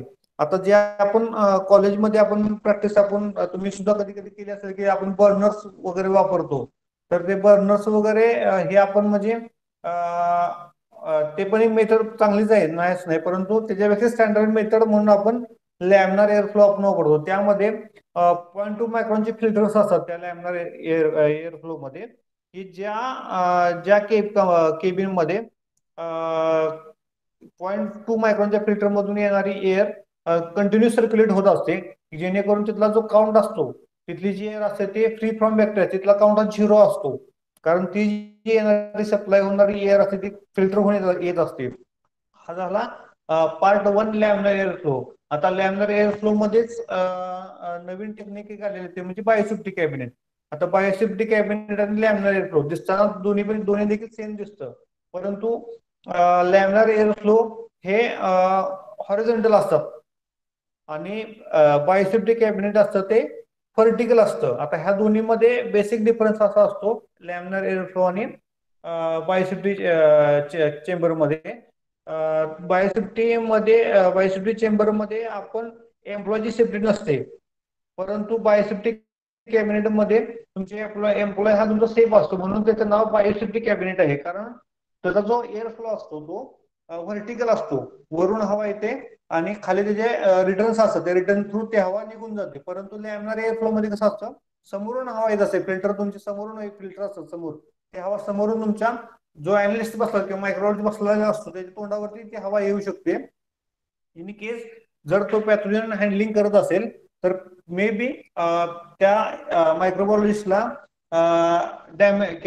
डॅमेज होण्याची किंवा हार्म होण्याची शक्यता असते. हे सगळं टाळण्यासाठी आपण नवीन ऍडव्हान्स नुसार बायोसेफ्टी कॅबिनेट आपण इन्स्टॉल आपण म्हणण्यापेक्षा मार्केटमध्ये आलेले आहेत की त्याच्यामध्ये एम्प्लॉयची सेफ्टी पहिली पाहिली जाते. फिल्टरची कॅपॅसिटी, फिल्टरची साईज हे दोन्हीमध्ये देखील सेमच असतं, परंतु फक्त बायोसेफ्टी कॅबिनेटचा प्लस पॉईंट एवढाच असतो की तो व्हर्टिकल फ्लो असल्यामुळे एम्प्लॉय सेफ राहतो. दुसरी गोष्ट म्हणजे त्याचा जो रिटर्न्स हवा बाहेर जाणारी जी असते ती बाहेर जाणारी हवा, त्याचा जो रिटर्न डक्ट जो असतो तो डायरेक्ट इन्व्हायरमेंट मध्ये फिल्टर थ्रू त्यामध्ये सुद्धा जी बाहेर पडणारी हवा असते ती हवा फिल्टर होऊनच बाहेर इन्व्हायरमेंट एक्सपोज होते. डायरेक्ट हवा इन्व्हायरमेंट मध्ये एक्सपोज होत नाही, की जेणेकरून इन्व्हायरमेंट सुद्धा सेफ असतं आणि एम्प्लॉय सुद्धा सेफ असतो. आणि तुम्ही जे टेस्टिंग जे करणार ते सुद्धा एकदम सेफ कंडिशन किंवा प्युअर फॉर्म मध्ये केलं जातं. म्हणून त्याला आपण बऱ्याच साऱ्या इंडस्ट्रीमध्ये आता लॅमिनार एअर फ्लो बंद करून बायोसेफ्टी कॅबिनेट्स वापरायला सुरू केलेले आहेत. त्यानंतर हे जे काय टेस्टिंग करायचं आहे आपल्याला ते टेस्टिंग आपण लॅमिनार एअर फ्लो किंवा बायोसेफ्टी कॅबिनेट मध्येच आपण करायचं आहे. त्यानंतर पुढचा सेक्शन असतो तो म्हणजे कल्चर हँडलिंग. आता कल्चर हँडलिंग सेक्शन मध्ये एक फ्रीज असतात, त्या फ्रीज मध्ये कल्चर्स. आता कल्चर मध्ये तुम्हाला पॉझिटिव्ह कल्चर आपण प्रत्येक टेस्ट ज्यावेळी एखादी करतो तर त्या टेस्ट करताना पॉझिटिव्ह कंट्रोल आपण रन करत असतो. आता पॉझिटिव्ह कंट्रोल आणि निगेटिव्ह कंट्रोल नेहमी प्रत्येक टेस्टला तुम्हाला रन करावा लागतो. आता हा कशासाठी रन करावा लागतो, तर एखादं सपोज तुम्ही एखादं टेस्टिंग केलं लॅबमध्ये, तुम्हाला कॉलेजमध्ये असेल एखादा प्रोडक्टचं एखादं टेस्टिंग केलं, त्या टेस्टिंग केल्यानंतर तुमचं असं लक्षात आलं की सगळ्यात प्लेटला माझ्या स्प्रेड होत आली किंवा सगळ्यात प्लेटला माझा काउंट आला, तर त्या केसमध्ये आपल्याला आपण शुअर नसतो की हा जो काउंट आहे तो एन्व्हायरमेंट मधला आहे का आता मीडियाचा इट सेल्फ कंटॅमिनेशन आहे. आता हे सगळं कन्फ्युजन नंतर क्रिएट करण्यापेक्षा आपण काय करतो, फार्मास्युटिकल इंडस्ट्रीमध्ये जे आपण प्रोडक्ट हँडल करत असतो ते प्रोडक्ट ज्यावेळी टेस्टिंग करतो त्यावेळी बाकीच्या सगळ्या प्लेट्स मध्ये आपण मीडियामध्ये प्रोडक्ट आपण टाकत असतो किंवा प्रोडक्ट मिक्स करत असतो, परंतु निगेटिव्ह कंट्रोल मध्ये आपण फक्त आणि फक्त मीडिया टाकतो. त्यामध्ये कुठल्याही प्रकारचं प्रोडक्ट मिक्स करत नाही. फक्त मीडिया टाकल्यानंतर आपल्याला मीडियाची प्युरिटी आपण चेक करतो की जो माझा मीडिया जो बनवलेला आहे तो मीडिया माझा प्युअर फॉर्म मध्ये आहे. जर निगेटिव्ह कंट्रोलला ग्रोथ नाही आली तर निगेटिव्ह कंट्रोलला कधी ग्रोथ नसली पाहिजे तुमच्या, तर निगेटिव्ह कंट्रोल तुमचा सेम म्हणजे ओके टेस्टिंग असतं निगेटिव्ह कंट्रोलचं. तर निगेटिव्ह कंट्रोलला ग्रोथ आली तर समजून जायचं की तुमच्या टेस्टिंग मध्ये कुठंतरी कंटॅमिनेशन झालेलं आहे. ते कंटॅमिनेशन ऑटोक्लेव्हच्या स्टेजला असेल, हँडलिंगच्या स्टेजला असेल किंवा टेस्टिंगच्या स्टेजला असेल. कोणत्या तरी एका स्टेजला तुम्हाला कंटामिनेशन आल्यामुळे तुमचा निगेटिव्ह कंट्रोल फेल झाला, तर निगेटिव्ह कंट्रोल तुमचा फेल नाही गेला पाहिजे. ह्यासाठी निगेटिव्ह कंट्रोल ऑडिटर तुमचा चेक करत असतो, किंवा तुमचा क्यूसी मॅनेजर ज्यावेळी डेली ऑब्झर्वेशन राऊंड तुमचा डेली चेक करत असतो, त्यावेळी सुद्धा positive control negative control daily check करतो, की जेणेकरून तो इन शॉर्ट अनालाइज करतो की तुमचं टेस्टिंग ओके आहे किंवा नाही. दुसरी प्लेट जी असते ती पॉझिटिव्ह कंट्रोल मध्ये आपण काय करतो, पर्पजफुली त्या मीडियामध्ये मी काही बॅक्टेरिया ऍड करतो. ते का ऍड करतो, एखाद्या वेळेस मी एखादा टेस्टिंग केलं आणि प्रोडक्टला पण कुठलीच ग्रोथ नाही आली आणि पॉझिटिव्ह कंट्रोलला पण कुठलीच ग्रोथ नाही आली. आता हे कशामुळे झालं तर मला माहित नाही तुमचा मीडिया चांगला बनला किंवा नाही. कधी कधी कसं असतं की तुमचा आर्टिकल असेल, तो आर्टिकल जास्त वेळ रन झाला, तर तो जास्त वेळ रन झाल्यानंतर त्याचे मीडियाचे जे न्यूट्रिटिव्ह प्रॉपर्टीज असतील त्या सगळ्या त्याचं ग्लुकोज असेल किंवा सुक्रोज असेल, त्या ज्या न्यूट्रिटिव्ह प्रॉपर्टी ज्या आहेत त्या सगळ्या लॅप्स होतात, म्हणजे त्या जळून जातात सगळ्या न्यूट्रिटिव्ह प्रॉपर्टी. त्यामुळं त्यामध्ये कुठल्या प्रकारचे बॅक्टेरिया किंवा कुठल्या प्रकारचा ऑर्गॅनिझम ग्रोथच होत नाही. तर असं सगळं टाळण्यासाठी, हे सगळं कन्फ्युजन टाळण्यासाठी, आणि अशा केसमध्ये जर आपण एखादा फार्मास्युटिकल प्रोडक्ट टेस्ट केला तर आपण काय म्हणणार की माझा प्रोडक्ट पास झाला, परंतु फिजिकली तो प्रोडक्ट पास असतो का तर नसतो. कारण ते निगेटिव्ह तुमची ग्रोथ न आले याचं कारण असं असतं की तुम्ही तो बनवलेला मीडिया आहे, तो बनवलेला मीडिया हा विदाउट एनी न्यूट्रिटिव्ह प्रॉपर्टी, त्यामध्ये कुठल्याही प्रकारची न्यूट्रिटिव्ह प्रॉपर्टी शिल्लक नसते. ते सगळं न्यूट्रिशन सगळे संपलेले असतात, त्यामुळं कोणतीच त्यामध्ये ग्रोथ येत नाही. तर त्यासाठी पॉझिटिव्ह कंट्रोल आपण रन करत असतो. त्या पॉझिटिव्ह कंट्रोल रन केल्यामुळे काय होतं, तर मी एखादी बॅक्टेरिया त्या मीडियामध्ये टाकतो, जर माझा मीडिया त्या बॅक्टेरियाला जर सपोर्ट करत असेल, सपोर्ट इन द सेन्स त्या बॅक्टेरियाची ग्रोथ जर होत असेल त्या पॉझिटिव्ह प्लेटच्या प्लेटवरती जर माझ्या बॅक्टेरिया वाढत असतील, तर मी जो मीडिया बनवला आहे तो विथ गुड न्यूट्रिएंट्स, त्यामध्ये सगळ्या प्रकारचे न्यूट्रिएंट्स आहेत, आणि माझा मीडिया त्या बॅक्टेरिया किंवा सगळ्या प्रकारच्या बॅक्टेरियाला सपोर्ट करतो वाढीसाठी. This is a good sign of media.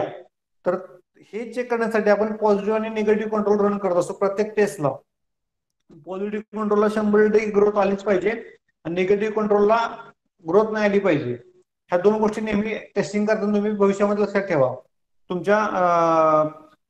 जर तुमचा टेस्टिंग हँड किंवा टेस्टिंग करताना काय मॅन्युअल इंटरव्हेन्शन झालं, तुमचा लॅमिनार एअर फ्लो बंद पडला, किंवा कधी कधी कसं असतं की तुमचा एलएफचे जे फिल्टर्स असतात ते फिल्टर देखील कधी कधी चोक होतात.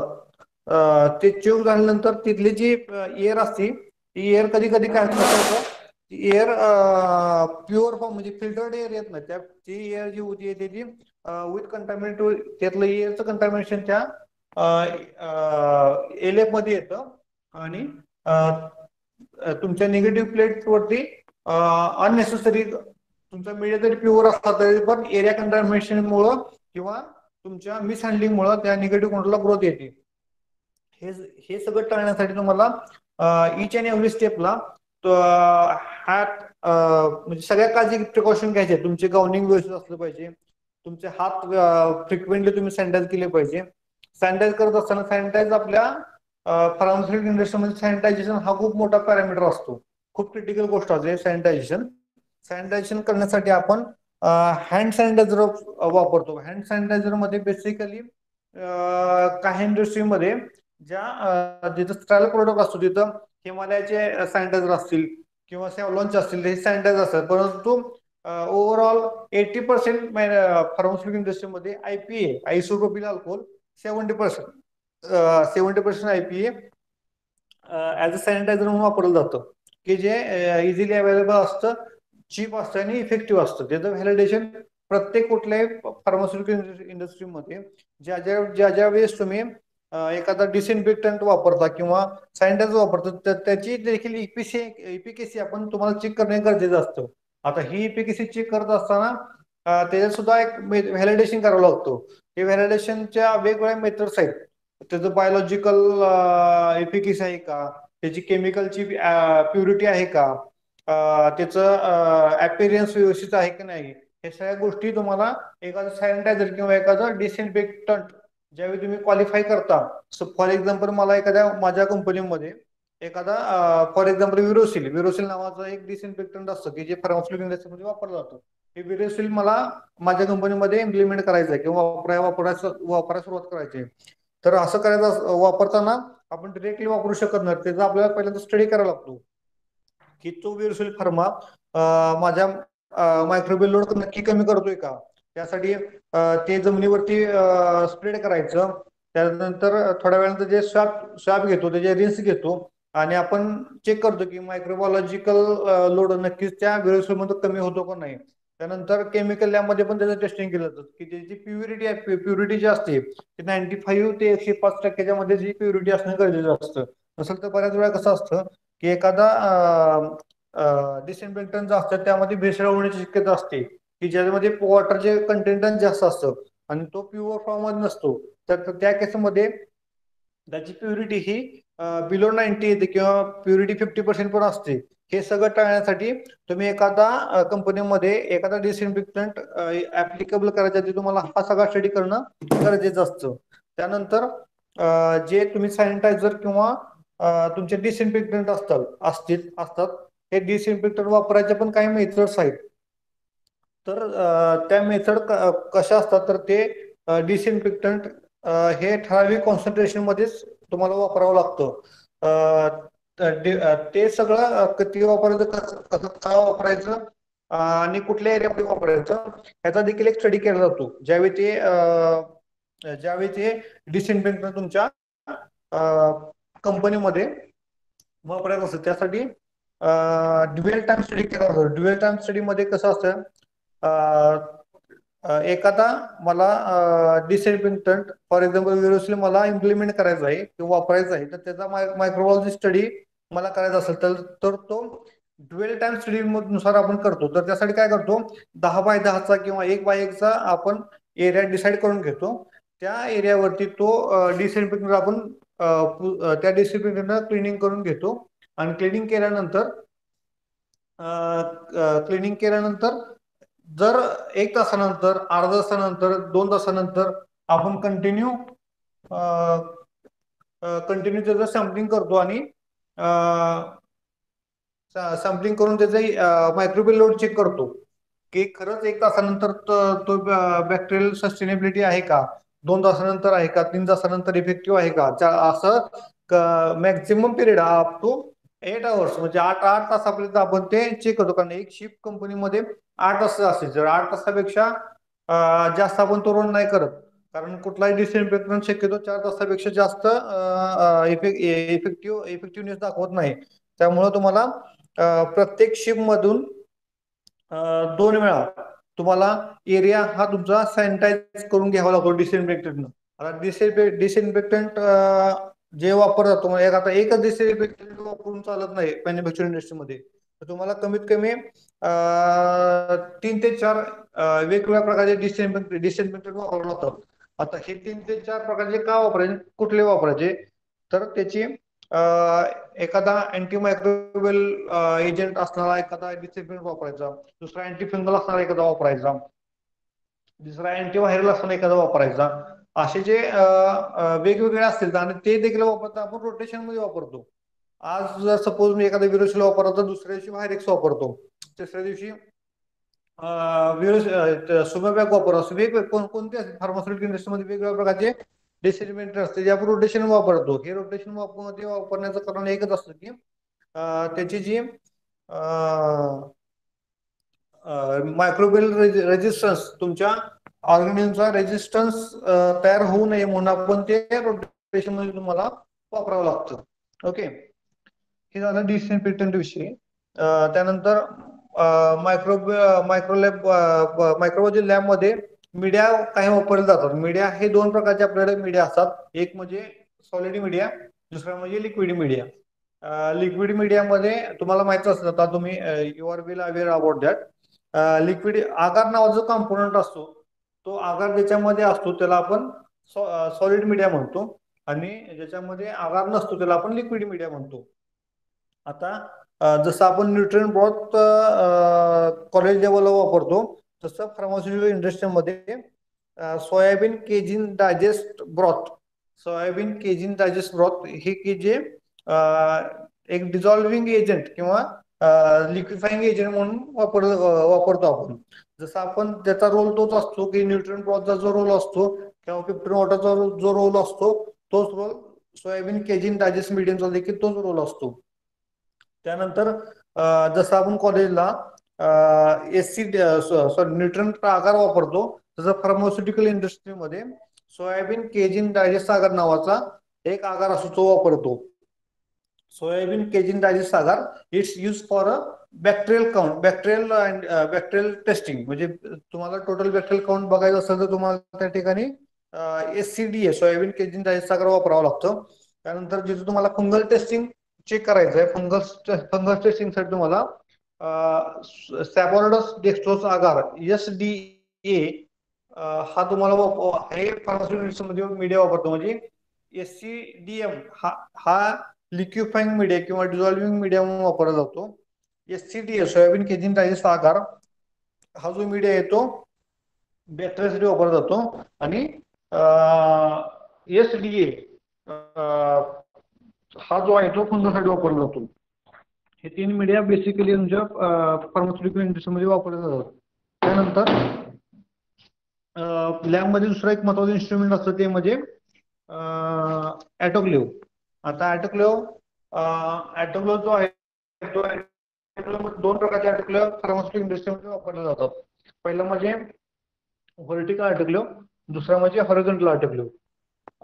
Depend on requirement of company, त्याची साईज वेगवेगळी असते.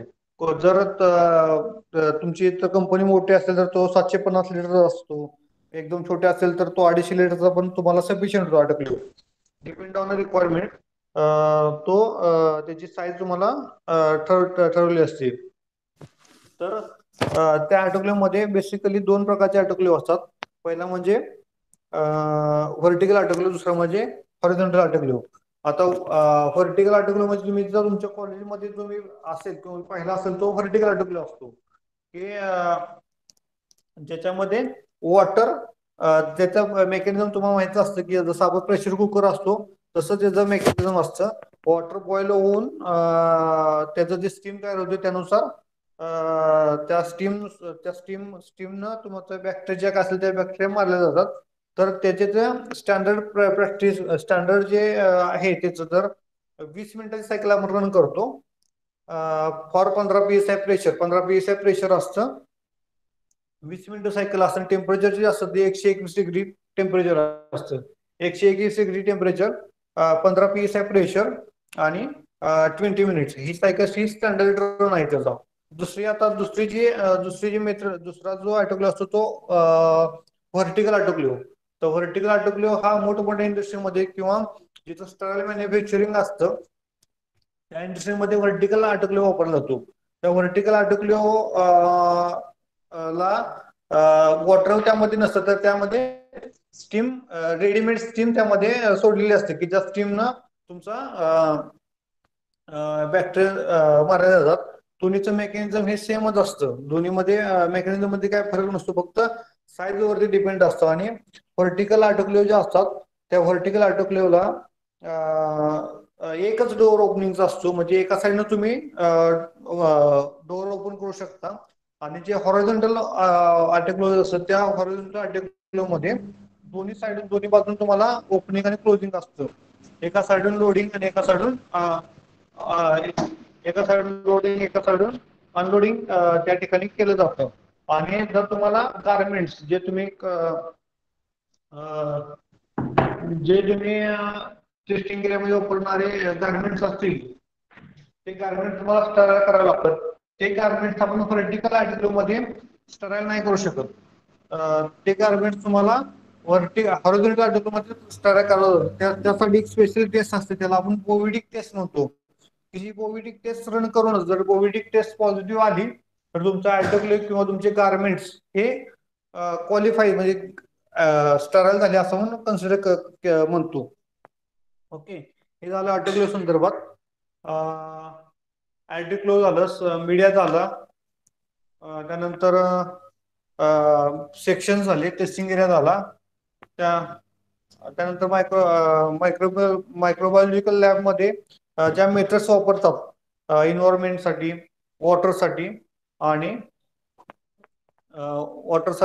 हे पण तुम्हाला मी ब्रीफमध्ये एक्सप्लेन केलेलं आहे. तरी आतापर्यंत मी तुम्हाला बराच वेळ झाला तुम्हाला जे एक्सप्लेन केलं हे तुम्हाला बऱ्यापैकी समजलं असेल अशी मी अपेक्षा करतो. तर तुमच्या काय शंका आहेत का याच्याविषयी? Thank you, sir, for sharing nuances of working in the pharmaceutical industry. I declare that the session is open for question and answers. If any of the students they have question, they can unmute themselves and ask your questions to sir. So, Okay. students, please ask your queries.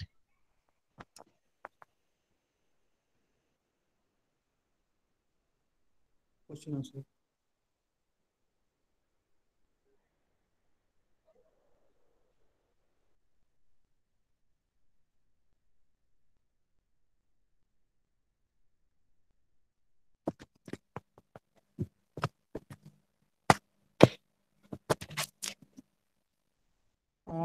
So no question, I think. Hello. Yes, sir, you are audible. कुणाचे काही questions आहेत का?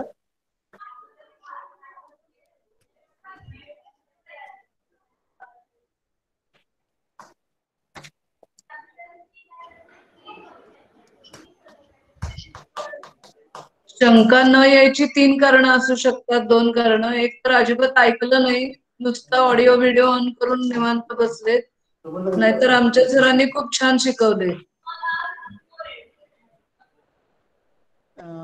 मला असा Rutuja? Doubt येतो, काय कारण आहे?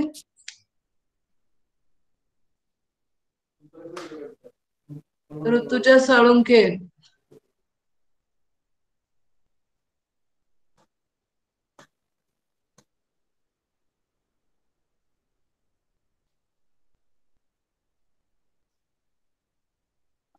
मला नाही वाटतं दिसत. मला नाही वाटतंय श- कुणाची शंका नाहीयेत. Okay. So thanks Joshi madam and YC college for given the opportunity for presenting the things, and I hope की मुलांना जे पाहिजे होतं ते माझ्या सेशन मधून मिळालेलं आहे. बेसिक मायक्रोबायोलॉजी काय असतं, फार्मास्युटिकल इंडस्ट्रीचे टाईप कोणते आहेत, त्याचा स्कोप कसा आहे, तुम्हाला पुढे फ्युचरमध्ये काय करिअर ऑपॉर्च्युनिटीज आहेत. फार्मास्युटिकल इंडस्ट्री एवढी एकच करिअर ऑपॉर्च्युनिटी नाही आहे. जसं की अकॅडमिक्स मध्ये पण मुलं जाऊ शकतात, पण जर आपण सायन्स स्ट्रीम बघितलं तर मायक्रोबायोलॉजी सब्जेक्ट मध्ये सगळ्यात जास्त स्कोप आहे मुलांना पण आणि मुलींना पण. क्लिनिकल्स मध्ये जाऊ शकतात, पॅथॉलॉजी लॅब मध्ये काम करू शकतात. त्याच्यानंतर फार्मास्युटिकल इंडस्ट्री पण आहे, फूड इंडस्ट्री आहे, बायोटेक्नॉलॉजी आहे. तिकडे बायोटेक्नॉलॉजीचा स्कोप आहे, बायोकेमिस्ट्रीमध्ये स्कोप आहे, व्हायरॉलॉजीला स्कोप आहे. सो स्कोप ऑफ एरिया बघितलं तर microbiology is the best subject in the science stream as per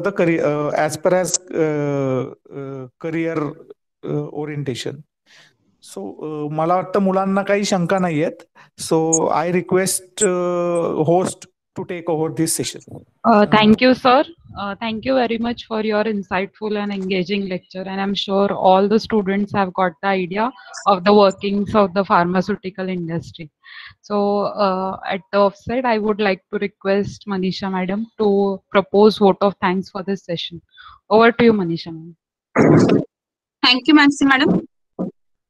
First of all, I would like to thank our guest lecturer, Mr. Sanjay Zaman sir, for enlightening our students with their knowledge.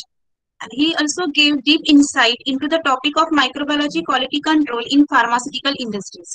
I'm pretty sure the precious knowledge that Mr. Sanjay Zaman sir gave our students will definitely help them in their studies as well as in future. Once again, I would like to thank Mr. Sanjay Chavan sir for taking out time for his busy schedule and enlightening us with the knowledge. Thank you so much, sir. I would like to thank our Honorable Principal Dr. B.T. Jadhav sir for giving permission to organize webinar. I would like to thank Dr. Bungale sir, Dean of Skill and Diploma course, for his kind support and guidance. I would like to thank Mrs. N.S. Joshi Madam, Head of the Microbiology Department, for organization of such an informative lecture. Thank you, Madam. I want to thank all faculty members of Microbiology Department for their kind support. I also thank you to all the students for being present and paying your attention. Thank you so much. Once again, I thank you all. Thank you.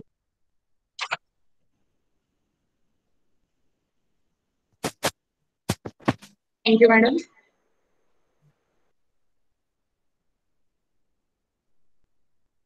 चालते. Manisha close कर wattless. हो madam. हा हा. Thank you. Thank you very much. Thank you. हा हा चालेल. भेटू परत. हो हो भेटू मॅडम. चालेल. चालेल ओके. चालेल चालेल. ओके.